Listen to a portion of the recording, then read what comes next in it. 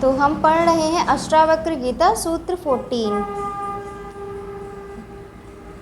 देह अभिमान पाशेन चिरम बद्धोऽसि पुत्रक बोधो अहम ज्ञान खंगेन तन्निष्कृत्य सुखी भव। देहाभिमान पाशेन, देह के अभिमान रूपी पाश से, चिरम बहुत समय से, बंधे हुए, असी हो पुत्रक हे पुत्र, बोधा ज्ञान रूप, अहम मैं, ज्ञान खंगेन ज्ञान रूपी खंग तलवार से, तत् उस बंधन रूपी अहंकार को निष्कृत्य काट कर सुखी भव सुखी हो। भावार्थ, हे पुत्र, मैं देह शरीर हूँ। इस अभिमान रूपी पाश में तू अनंत काल से जन्म जन्मांतरों से बंधा हुआ है। मैं देह नहीं ज्ञान रूप हूँ। इस ज्ञान के अनुभव रूपी तलवार से उस बंधन को काट दे और सुखी हो। व्याख्या, महर्षि अष्टावक्र कहते हैं कि वह एक ही चेतन ऊर्जा अनेक रूपों में अभिव्यक्त हुई है।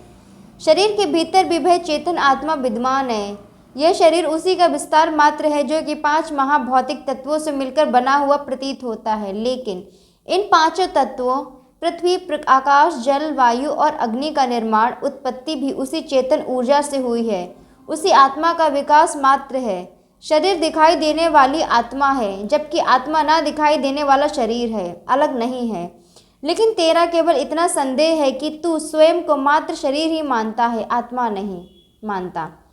इस एक तत्व भाव को भूल जाने से तू शरीर के अभिमान रूपी बंधन से बंध गया है। तुझे किसी और ने नहीं बांधा, बल्कि स्वयं के संदेह से ही बंध गया है।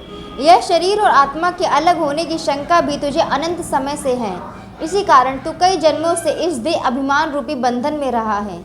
इस बंधन से स्वतंत्र होने का एकमात्र उपाय बोध ज्ञान है, क्योंकि ये बंधन वास्तविक नहीं है। यदि वास्तविक होते तो इन्हें तोड़ने के लिए किसी क्रिया या विशेष प्रकार के कोई साधन की आवश्यकता होती।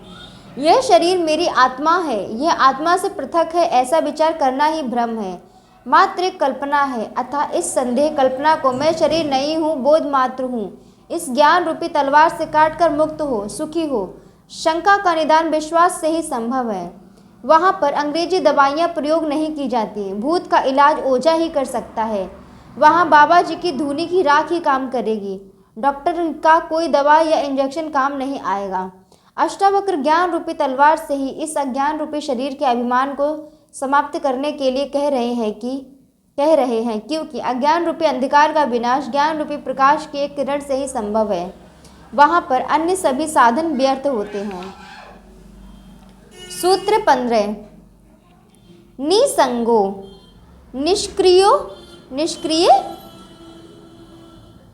निष्क्रियो असि त्वं स्वप्रकाशो निरंजना अयम एव हि ते बंधा समाधिम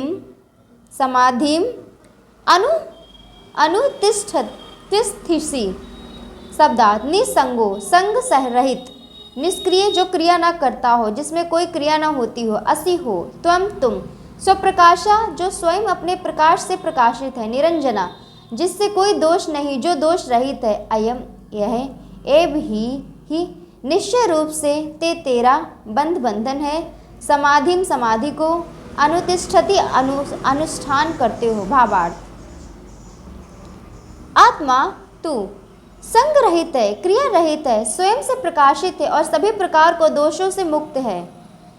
ऐसा ध्यान करता हुआ जो समाधिष्ठ हो रहा है या फिर ऐसा करने का प्रयास कर रहा है, यही तेरे बंधन का कारण है।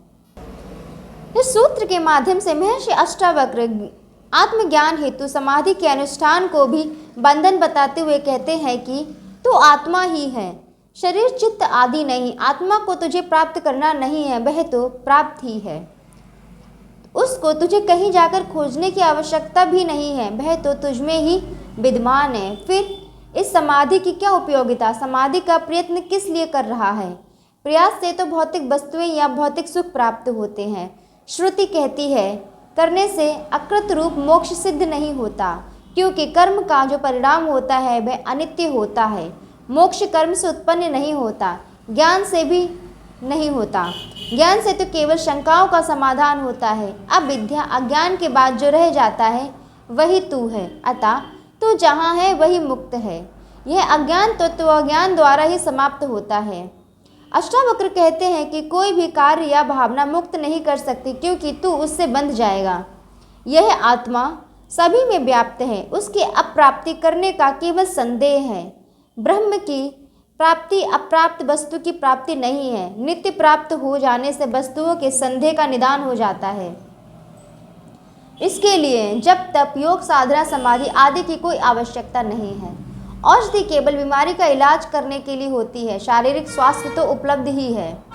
बीमारी समाप्त हो जाने पर साधनों को भी त्याग दिया जाता है।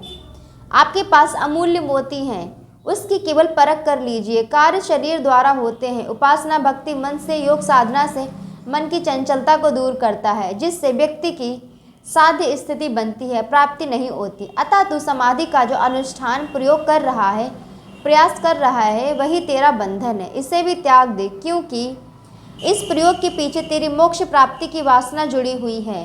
जब तक वासना है मोक्ष नहीं है। यह वासना ही तो बंधन है। चाहे शरीर की हो या मोक्ष की, कोई अंतर नहीं है। तू तो असंग क्रिया रहित, स्वयं प्रकाशित और दोष मुक्त है। इस परम तथ्य को जान ले, यही पर्याप्त है। तू पापी नहीं है। यह सभी अपराध भूल से, अज्ञान के प्रभाव से शरीर व मन में किए होंगे। तू मन व शरीर से अलग साक्षी है, फिर तेरे में कोई अवगुण कैसे हो सकता है? तेरा तो स्वभाव ही दोष मुक्त है। आत्मा कर्म नहीं करती। वह न अपराधी है न पुण्यात्मा है, न साधु है न असाधु। जिस शरीर और मन से कर्म किए वे मिट चुके हैं। तू दृष्टा मात्र है, देखने वाले दृष्टा को कभी पाप अपराध नहीं लगता। अष्टावक्र का ऐसा उपदेश ही ज्ञान है। यही सिद्धि तपस्या की सर्वोच्च स्थिति को दर्शाने वाला है।